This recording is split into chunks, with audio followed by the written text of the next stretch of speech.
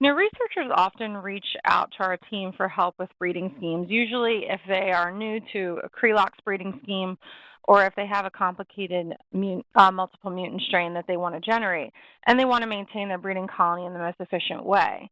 So today's presentation is meant to provide a refresher on the fundamentals of basic mouse genetics and outline strategies for designing optimal mouse breeding schemes, which you can use to generate the mice you need as efficiently as possible, thereby reducing the resources needed to generate those mice. But before we get into the presentation today, I'd like to give you a little more background about who we are. The Jackson Laboratory is an independent, nonprofit organization focusing on mammalian genetics research to advance human health. Our mission is to discover precise genome solutions for disease and empower the global biomedical community in the shared quest to improve human health. We advance this mission in three different ways. One is we have our own research staff with their own funding, such as NIH grants, that investigate the genetics and biology of human disease, partly using the laboratory mouse.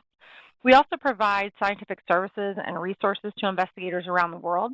In addition to our clinical and research services that some of you may already be familiar with, we also have some freely available resources that I'll touch on in a little bit. And finally, here at JAX, we are very committed to education outreach. So in addition to webinars such as the one you're attending today, we also sponsor traditional conferences and hands-on workshops, as well as educating students of all ages through courses and internships and other programs varying from high school internships all the way up to postdoctoral assistantships. JAX is the world's largest repository for mouse models of disease. We are NIH funded to import and cryopreserve as many mouse strains as possible to ensure their availability for all time. Among the more than now we're up to about 9,500 strains that we distribute at both our Bar Harbor and Sacramento facilities. We have about 1,500 strains that are maintained as live colonies. JAX mice are the best characterized and referenced mice in published research, and much of this can be attributed to rigorous animal health standards and unsurpassed genetic quality. And while many investigators may not realize that it's the use of our well-characterized and heavily referenced common inbred strains such as the C57 Black 6Js or the Bob C mice, this supports the development, collection, and distribution of specialty mutant mouse models, as well as provides funding for our freely available resources. Some of our freely available resources include our JAX Mice database. For those of you who have ever looked for available mice on our website before, you may have ended up on our JAX Mice database, which has data sheets for every strain in our repository. And while your initial goal might have been to see if the colony we have is live or to find the price of the mice, if you spend a little bit more time on the data sheet, you'll see that we have tons of other useful information, such as genotyping protocols that we use here at JAX, phenotype information associated with the strain, how the strain was developed, genetics associated with it, and even a list of references that utilize the strain. The Mouse Genome Informatics database is a great resource that includes information not only about mice from JAX, but also mice from other repositories and other investigators. I kind of like to think of this database as a one-stop shop for all things mouse genetics. It's a useful way to search for strains that carry a particular allele, and if they are available through any public repository, JAX or otherwise, you can link out to those resources on the allele details page on this website. And the Mouse Phenome Database is a collaborative collection of baseline phenotype data for some of the more popularly used strains. And again, all of these free online resources are available to you to help with your research needs. So for today's talk, we have a few learning goals that I'd like us to focus on.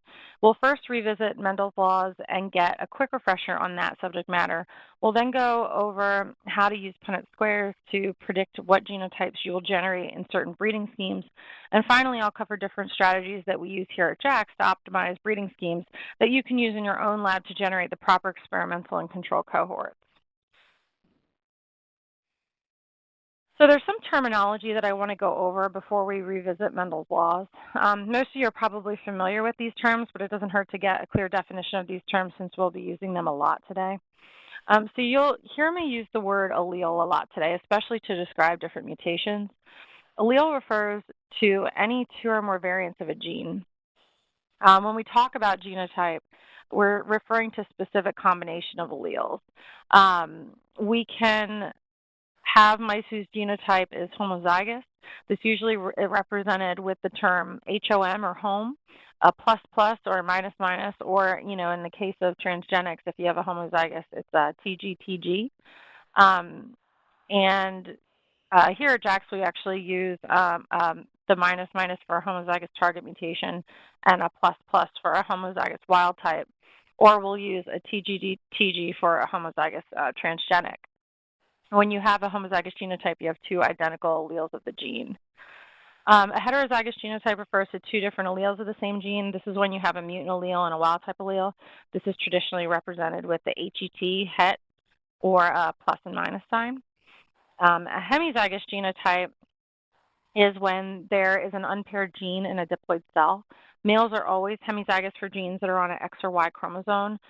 For transgenic lines, hemizygous is used to describe the genotype when the transgene is present on only one chromosome. And finally, a phenotype is an observable characteristic of an individual trait. When you're setting up breeding schemes, you need to be aware of the genotype that you need that will produce the desired phenotype. And that is something that I want you to keep in mind throughout this whole talk, is that you need to be aware of the genotype of your mice that will produce a desired phenotype. So revisiting Mendel's laws, Gregor Mendel was a scientist who gained posthumous fame as the founder of the modern science of genetics. Though farmers had known for centuries that crossbreeding and interbreeding animals and plants could produce certain desirable traits, it was Mendel's pea plant experiments that he conducted in the mid-1800s that established many of the rules of heredity, now referred to as the laws of Mendelian inheritance. Mendel worked with 7 characteristics of these plants to coin terms such as recessive and dominant in reference to certain trait characteristics. He published his work in 1866, demonstrating the actions of invisible factors, which we now refer to these invisible factors as genes, and providing for visible traits in very predictable ways. So the profound significance of Mendel's work was not recognized until the turn of the 20th century, more than 3 decades later, with the independent rediscovery of these laws. Mendel's laws are broken up into law of segregation, which states that individuals carry 2 alleles for each gene, which segregate from one another during gamete formation, so that each gamete carries 1 allele for each gene. Law of independent assortment states that separate genes located on different chromosomes are passed independently. So here we have a graphic that outlines both laws of segregation and independent assortment. During the production of gametes, the 2 copies of each hereditary gene segregate so that offspring acquire 1 allele from each parent. With the law of assortment on the right-hand side of this graph, the individual genes assort independently during gamete production. You can see that here. It's because of these 2 laws that you can use a Punnett square. So from our starting point up here, we have segregation, and at the same time, we also have independent assortment that results in 4 possible allele combinations of offspring.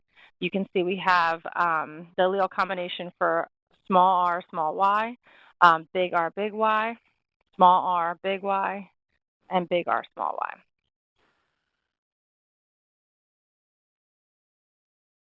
Okay. And Mendel's 3rd law, the law of dominance, states that phenotype of recessive alleles are masked by the dominant alleles. So on this slide, we have an example of 2 strains that we have here at the Jackson Laboratory. We have the C57 Black 6J, and we also have the 129S1 strain. The B6J is homozygous for the recessive agouti allele, denoted by the 2 lowercase a's here. And since they're homozygous for this recessive allele, the mice are black in color. In the 129S1 strain, this line is homozygous for the dominant agouti allele and therefore is agouti in color, which is this brownish color. When you cross these 2 strains to make an F1 hybrid, then which, approximately, the F1 hybrids have approximately 50% of DNA from the mom and 50% from the dad. The resulting genotype of the agouti allele is uppercase A, lowercase a, which, because of Mendel's law of dominance, means the mouse will be the color associated with the dominant allele here, which, as I just said, was agouti. So that's why this F1 hybrid is agouti. So now that we've had a refresher of Mendel's laws, um, let's move on to using Punnett squares and how we can use them to predict genotype in offspring. So let's revisit the F1 hybrids that we just created when we were talking about Mendel's laws of dominance. So for this example, we're going to cross two of these F1 hybrids, which we know carry the heterozygous genotype for the agouti color, which I've reminded you up here.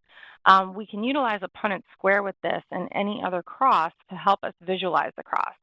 So you can also identify all possible gamete combinations, plan the colony size, and the number of breeders we might need, and also it helps us create a breeding roadmap.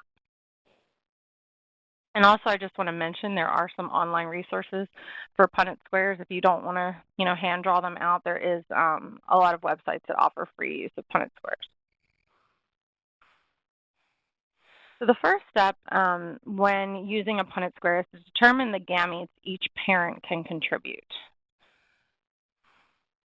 So we know that each mouse can contribute a dominant agouti or a recessive agouti allele at equal frequency.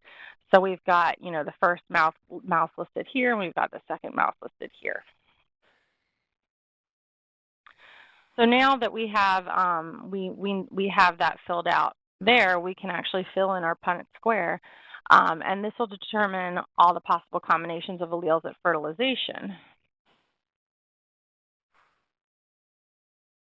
So you've got big A. You've got one genotype that's the dominant agouti homozygous, and then you've got a heterozygous, and then another heterozygous, and then homozygous for the recessive agouti gene. So when you're mating two F1 mice, this is just a little bit of terminology for you to know. When you're mating two F1 mice, we then refer to the progeny as F2 mice.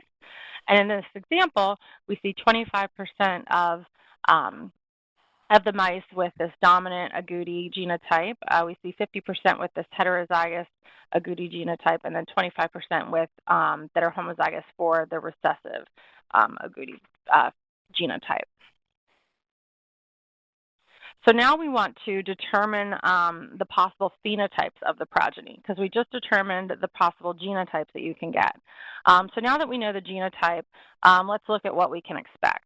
So since the capital A is dominant, the lowercase a is recessive, but we know that both the homozygous agouti dominant and the heterozygous mice will be agouti or brown in color, whereas the homozygous agouti recessive will be black.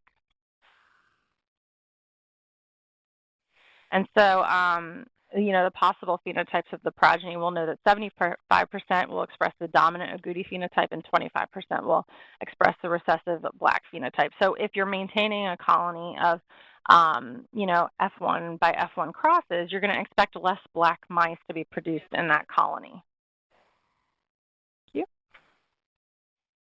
Okay, so now that we've had a quick rundown of Mendel's laws and how to use a Punnett square, we'll now utilize these and some other strategies to optimize breeding schemes to generate experimental and control mice.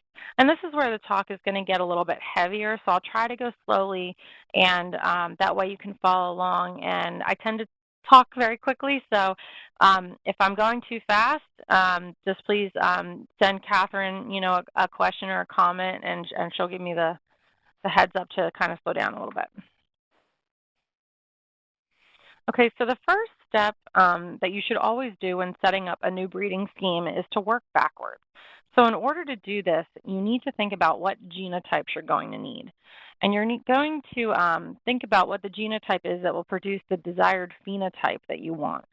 So if you're unsure, where to even begin with this, you can consult literature or publications that work with the model that you want to work with, or you can even call us in TIS, especially with the strain that we distribute. We might be able to help point you in the right direction on how to get started and what you might need.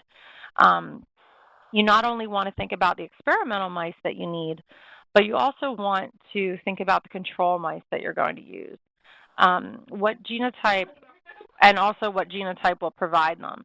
It's much easier to set up a breeding scheme that will produce all the mice that you need from the get-go rather than trying to breed for your controls later. Trust me, we get calls like this every now and then, and it's really hard to backtrack once you have your breeding going. So also I want you to consider the laws of dominance. So ask yourself, do you really need homozygosity of your allele to achieve the phenotype you need? A lot of time people think about phenotype as something they can see, but things like Cre recombination are also a phenotype, and you can achieve sufficient recombination with a hemizygous transgenic or a heterozygous mutant Cre. They do not have to necessarily be homozygous. So in fact, most of them aren't because they're knock-ins. They're already considered dominant. So the same is true for reporter strains, such as ones that express GFP or laxity from cells or tissues of interest. Whether or not your mutation is a hypermorph or a hypomorph is important to understand also, or does a mutation result in a complete knockout or null? If the mutation is dominant, you will get a phenotype with a heterozygous mouse. So, you have to ask yourself, will this phenotype be what you need for your research question? And finally, you should always consider the viability and fertility of the mice that you need to breed. Some mice are not viable or fertile as homozygous mice for the mutations or transgenes. And if you ever have a question about this, like I said, you can always call my group here at JAX. We have a lot of information regarding viability and fertility of strains. So as you're working backwards from your genotypes of the mice you need for your experiments, you want to identify any common alleles between these two cohorts. Are both of your experimental and control mice homozygous for the same flox allele? Do they both have a reporter? You'll also want to use mice that are homozygous for the mutation as breeders whenever you can. This is usually mice that have a common allele between the experimental and control groups, and we are going to see an example of that shortly. This tip could ultimately lead to generating more usable mice with less genotyping needed also. And finally, when you're combining multiple segregating mutations, or even transgenes, work each cross individually for each allele. And remember that you may not need all alleles in all breeders. And that might not make much sense to you right now, but by the end of this talk, you'll understand what I mean by working each cross individually and that you may not need all alleles in all breeders. So in our first example, we are going to generate mice that are homozygous for the APOE knockout gene. So the first question you want to ask yourself is, what genotypes do you need? And remember not only to consider your experimental mice, but also your control mice. So for this model, JAX actually has mice that are homozygous for the APOE knockout mutation, and they are viable and fertile. So in fact, we actually maintain our colony here by breeding home by home. So for your control mice, since these are on a C57 Black 6J congenic background, and by the way, this is part of understanding nomenclature. If you're not sure of how I knew that, we have a whole webinar that tells you how to interpret nomenclature. It means, though, that since these mice are on a C57 Black 6J background, I can potentially use C57 Black 6J inbred mice that we have readily available as controls. So again, going back to the steps that I already mentioned, you're going to want to try to identify any common alleles between experimental and control mice. For this example, our experimental mice are homozygous for the APOE knockout mutation, while the wild-type mice are homozygous for the wild-type APOE allele. Therefore, there are no common alleles between our two cohorts. The second step is to look for ways to use homozygotes as breeders. We know that in our experimental mice, the homozygous knockouts are viable and fertile, so you can breed them together. And that way you can, if you wanted to maintain the colony yourself, you could also just purchase the breeders directly from JAX along with your cohort, along with your control mice. And in this example, we aren't combining any multiple mutations, so this last step also does not apply. So now that we have our homozygous breeding pair, we can just say, for argument's sake, we bought a couple breeding pairs from JAX. We can fill in the Punnett square with the genotypes of the male and females.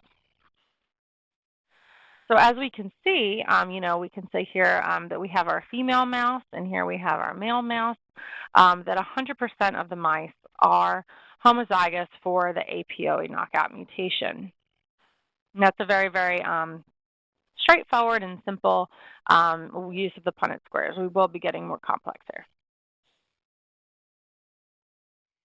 Okay, so then in our second example, we're going to consider how can we generate colony controls. In that last example, as you noticed, I said that our controls were purchased from a separate breeding colony. It was just the Black 6J inbred colony. Our breeding scheme for our homozygous APOE knockout mice bred 100% homozygous mice for that mutation. But sometimes litter mate or colony controls are required.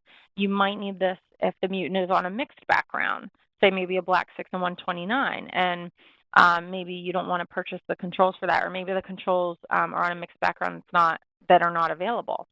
Maybe you can't breed home by home because the mice homozygous for the specific mutation are infertile.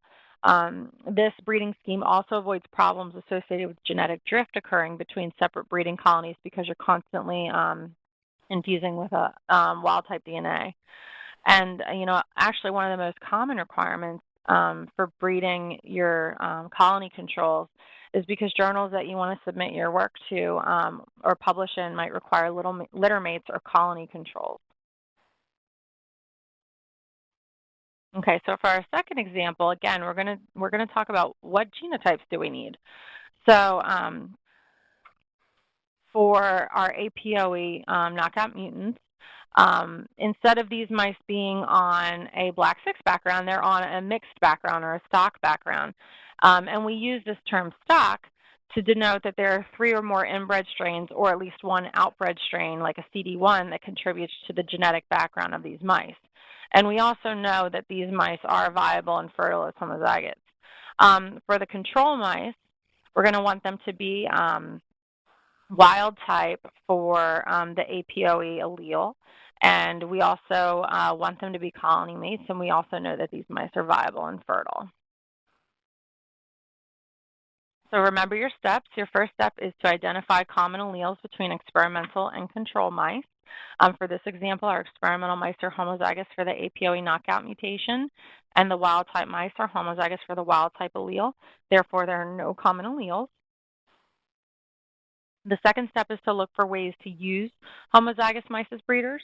We know that our experimental mice are viable and fertile as homozygotes and are available for JAKs. However, the control mice must be generated from this colony. So we need to generate both homozygous mutant mice and homozygous wild-type mice from the cross. And then finally, our last step is always to consider if there's multiple or segregating mutations. There aren't in this example, so it's not applicable. So now we're going to move on into a breeding scheme that we get questions about all the time, which is a typical Cre-Lox breeding scheme. So if you're not familiar with it, Cre-Lox is a powerful tool to generate tissue-specific knockout mice. It's particularly useful for the study of a functional role of genes and proteins in a specific tissue or cell type without the systemic effect of global knockouts, which sometimes can be lethal. For this example, we want to generate a liver-specific knockout of PTEN.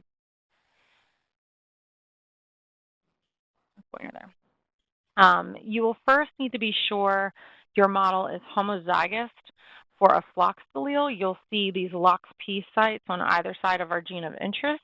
We call this a FLOX allele. You will also need the model to be expressing Cre. In this case, we want a knockout of PTEN in the liver, so we need a liver-specific Cre, which we can use the albumin Cre line for. Albumin is located in the liver, and anywhere albumin is expressed in the mouse, you will get Cre expression. It is the Cre expression that will lead to recombination, which is a fancy way of saying your FLOX gene will be deleted. So as you can see here, we've got our PTEN homozygous FLOX. After recombination, there's a recombination event that only leaves one LOXP site, and the gene is gone in the liver. If you haven't been able to tell, this is a liver. So, if you're more interested in the general mechanics, we do have a whole webinar on Cree-Lox recombination that is actually coming up next week. So if you wanted a deeper dive into this subject, I suggest you sign up for that webinar that will be given. So back to the breeding scheme. First, you want to ask yourself what genotypes you're going to need. We already know that our experimental mice need to be homozygous for the floxed P10 and hemizygous for albumin Cree. If you remember what I said about transgenes, most of them are completely fine to use as hemizygous. Actually, since we don't know where transgenes are integrating, a lot of times we don't know much about the homozygous Cree. A lot of people haven't even characterized them or bred for homozygosity. So we know what we need for our experimental mice, but also don't forget about your controls. A lot of people, when they're moving on to more complex breeding schemes, they may forget about controls that they might need. And your controls will ultimately be determined by your research question. But for this example, and actually a lot of researchers do use this strain as a control, as mice that will just be homozygous for the floxed allele, in this case P10, and also non-carrier for Cree. So essentially what we would have in the end is our experimental mice will get a deletion of P10 in the liver, whereas our control mice will just have the floxed allele and expressing normally.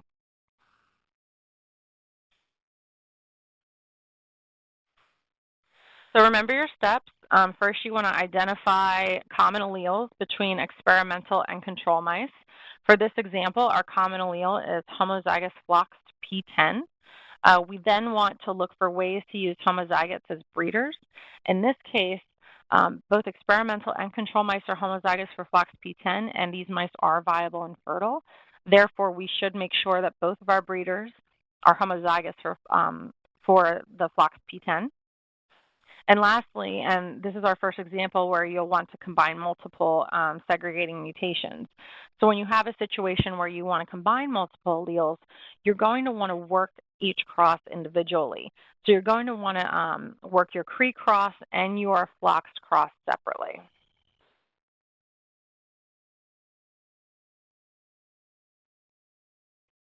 Okay, so we need our experimental and control mice to be homozygous for the floxed P10. So the best way to get there is by crossing home by home, which gets us 100% of homozygous floxed P10 mice. For the albumin cross, we need to generate non-carriers and hemizygous mice.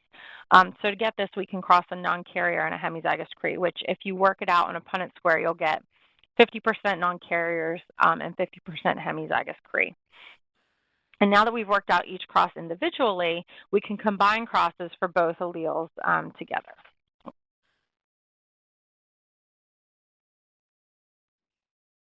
So first we can work out the cross for the floxed allele by filling in our Punnett square.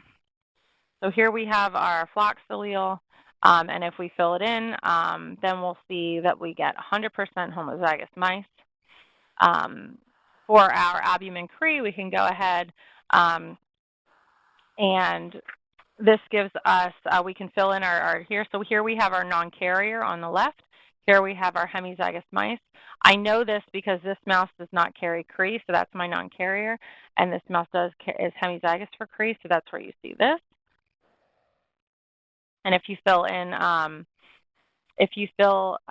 that Punnett square in, then you're going to expect 50% hemizygous Cree and 50% non-carriers.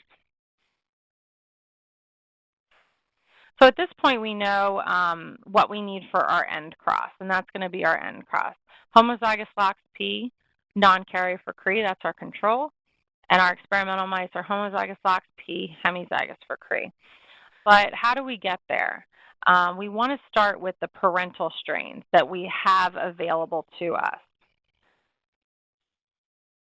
For this example, I know that we have homozygous P10 loxed P mice available from JAX. We also have mice that are homozygous for the albumin Cree transgene. As I mentioned before, most Cres are hemizygous. For this example, we actually have a homozygous Cre transgene. This is a very, very popular model, and they've actually mapped the transgene and they know where it integrates. So we know that these mice are viable and fertile and can be used in this example. So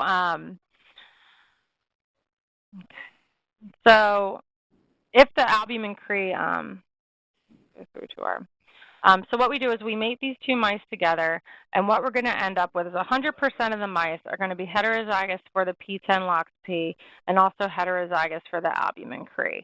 I do want to point out here, if we were going to use a hemizygous Cre and not a homozygous Cre, then 100% of the mice would be heterozygous for P10-LOX-P, and 50% would be hemizygous for Cre, and 50% would be non-carriers.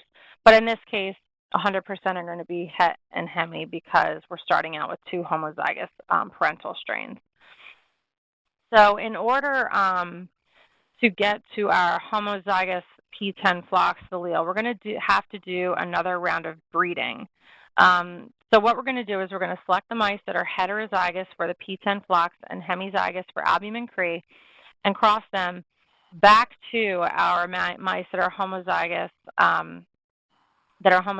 for the P10 flox allele. I want to do this because I'm trying to get to mice that are homozygous for the flox allele and also hemizygous for Cre, and this is the most straightforward breeding scheme for that. So let's take a look at what happens with the cross. So work each cross individually. Here on the left-hand side, we have our homozygous P10 flox mouse mating to our newly generated heterozygous P10 floxed mouse that is also hemizygous for albumin Cre. And just like we did in the last mating, we're going to work each cross individually. So again, we have our two Punnett squares for each allele. On the left, we have our homozygous P10 flox mated with our homozygous P10 flox mated with our heterozygous P10 flox mice, and then on this our other Punnett square for our other allele is non-carrier for Cre and hemizygous for Cre. And if you fill those in, from filling in our Punnett square, we can see that we're going to get 50% of our offspring will be homozygous for the floxed allele, and 50% will be hemizygous for the Cre, and 50% will be non-carrier for the Cre. And this is basically what we need to generate our experimental control mice. We need them to be homozygous for LOX-P and hemizygous for Cre, and homozygous for LOX-P, non-carrier for Cre. And if you multiply these numbers through, then you'll find that you get 25% of your mice will be home for the flox allele and carrying Cre, and 25% will just be home for the flox allele and non-carriers for the Cre. So at this point, we've also generated the mice that we need for our end cross, which is essentially crossing one of our experimental mice with one of our control mice. By doing that, we will yield 50% progeny that are experimental and 50% progeny that are home. So just to summarize, like I said before, this is a typical Cre-Lox breeding scheme. You want to start with your two parental strains that could be obtained directly from jacks, homozygous P10 flox mice and homozygous albumin Cre. You want to cross the parental strains together, which gives us heterozygous P10 flox and hemizygous albumin Cre. We then crossed the heterozygous P10 flox, hemizygous albumin Cre back to the homozygous P10 flox strain. And I want to point out here that it's absolutely okay to use the parental mouse in this cross. So the homozygous flox that you used for this first cross is totally fine to use for the second cross. And the mice we want to use from this cross are homozygous P10 flox, non-carrier for Cre, and mice that are home for P10 flox, hemi for Cre. These mice are the mice that we want to use for our end cross, and it also happens to be the same genotypes that we need for our experimental and control mice. So moving forward from here, you can actually breed these two mice together to generate your experimental and control cohorts, as well as breeding for new breeders. So now we're going to work into the most complicated cross that we're going to talk about, and I'll try to go through this quickly and leave any time for questions. This fourth example is a double mutant that also has a GFP reporter. It sounds complicated, but if you break it down into its component, it becomes a lot more manageable.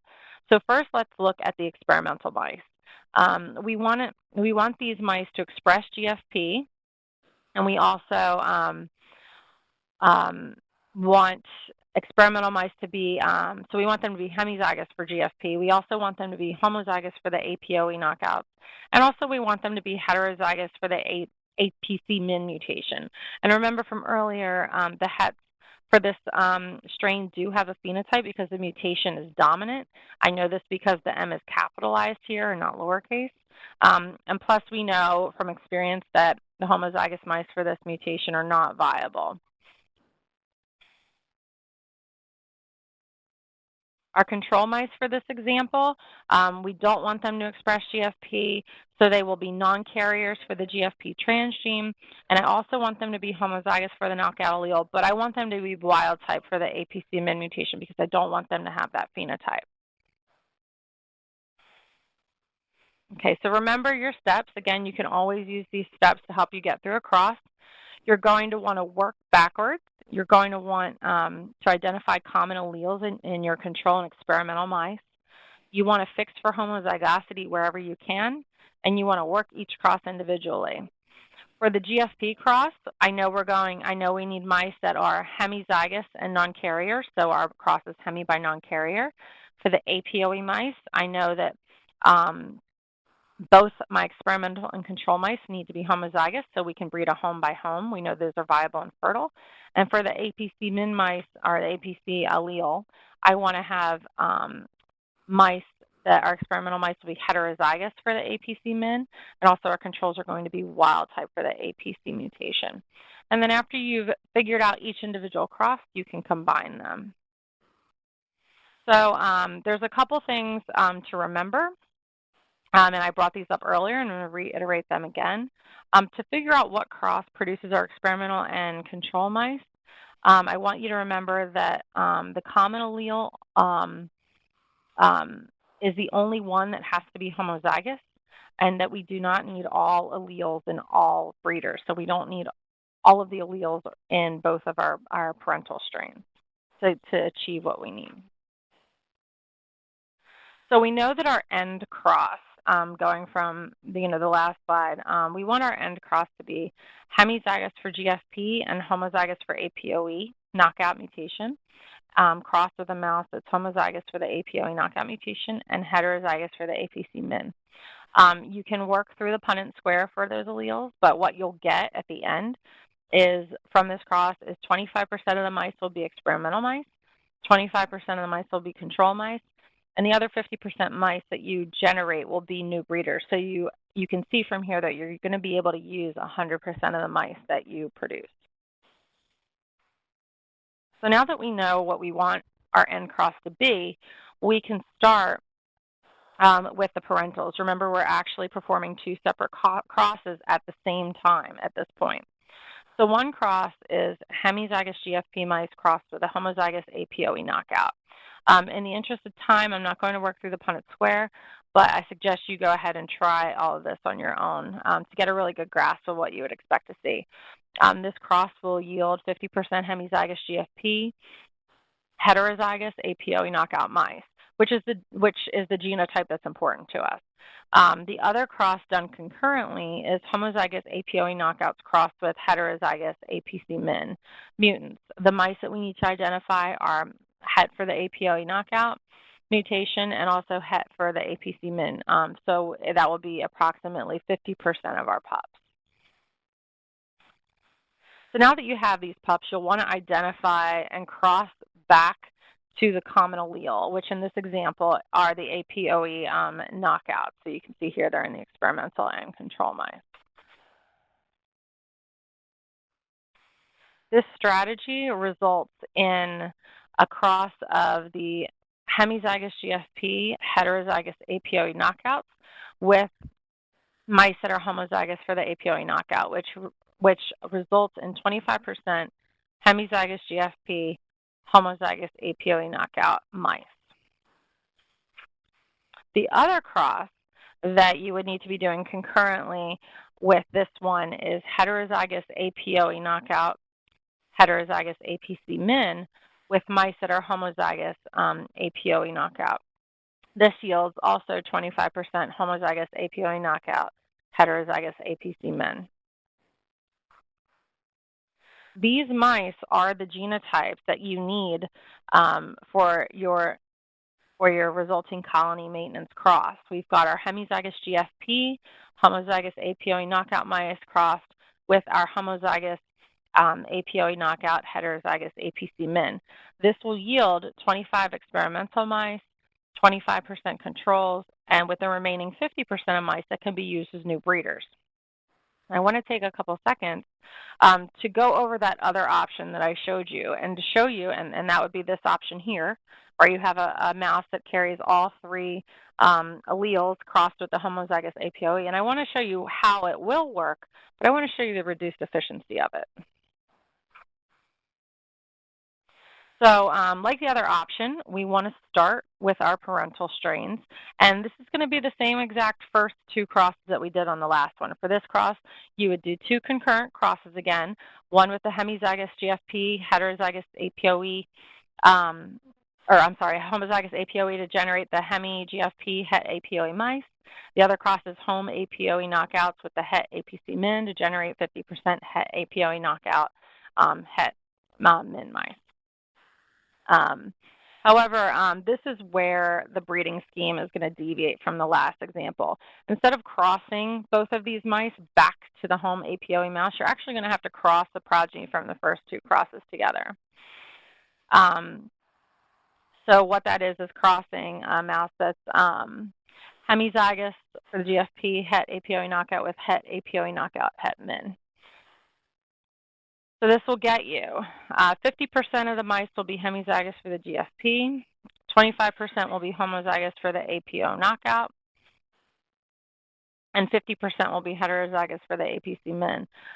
You can multiply, as I did before, these percentages together to figure out the frequency that you will get all three of these alleles in the same mouse in the progeny, and what you get is 6.25%, or in other words, 1 out of 16 mice from this mating scheme will give you this genotype that you need for your end cross. So you can see this is much less efficient than the other option where you essentially would be producing 25% mice right away to use for your experiment, and 50% could be used for the crosses. So you can see how this one is a lot less efficient. So another thing to consider is that in this case, the breeders and the experimental mice have the same genotype. So you're going to have to have a larger colony to begin with to make sure you account for that. And also, you know, in the other option, our breeders that we needed were not part of our experimental or control cohorts. And so the colony must be larger to produce both. So remember your checklist, work backwards. When you're setting up new breeding schemes, work backwards. You know, one of the first steps is determining the genotypes you need for your experimental control mice. This requires you to have a good knowledge of the strains you're planning on using. You'll also want to determine the end cross that will produce the genotypes you need for both cohorts. You'll also want to identify common alleles and fix for homozygosity whenever possible. The sooner you do this, the easier it will be to breed the mice in less steps. As I mentioned on the previous slide, you will want to have a good understanding of what strains you want to work with. This includes knowing the genetic background, which requires understanding the basic rules of nomenclature.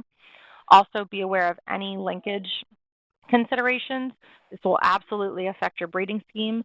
Also be aware of whether your genes are linked or segregating independently. You'll also want to know if there are any known fertility issues, as well as if the strain can be homozygous, or if there's any known embryonic or postnatal lethality. You'll also need to tell your genotypes apart with the appropriate assays, preferably allele-specific. Include positive controls for every genotyping run. If you're combining multiple mutations or alleles, you'll want to run all of your typing assays on all parental strains just to make sure you're not starting out with a strain that already has a CRE on it or a GFP on it that you didn't know was there due to a previous breeding error or something like that. And always genotype your breeders, even if they should be homozygous. You want to confirm that zygosity before you start cumbersome breeding. So just to recap, today we had a quick refresher of Mendel's laws and learned how we could apply them to breeding. We learned how to use Punnett squares to predict the genotypes of offspring at every cross. And I also shared with you strategies that should optimize your breeding schemes to generate experimental and control cohorts. So thank you all so much for attending. This webinar was made possible with all of your support. Jackson Services is dedicated to providing quality resources, flexible solutions, innovative technologies, and expertise and support to accelerate all of your aspects of research. So with every dollar you spend on Jackson Services, it supports our shared research goals and sustains valuable mouse models and resources available only from the Jackson Lab. Thank you.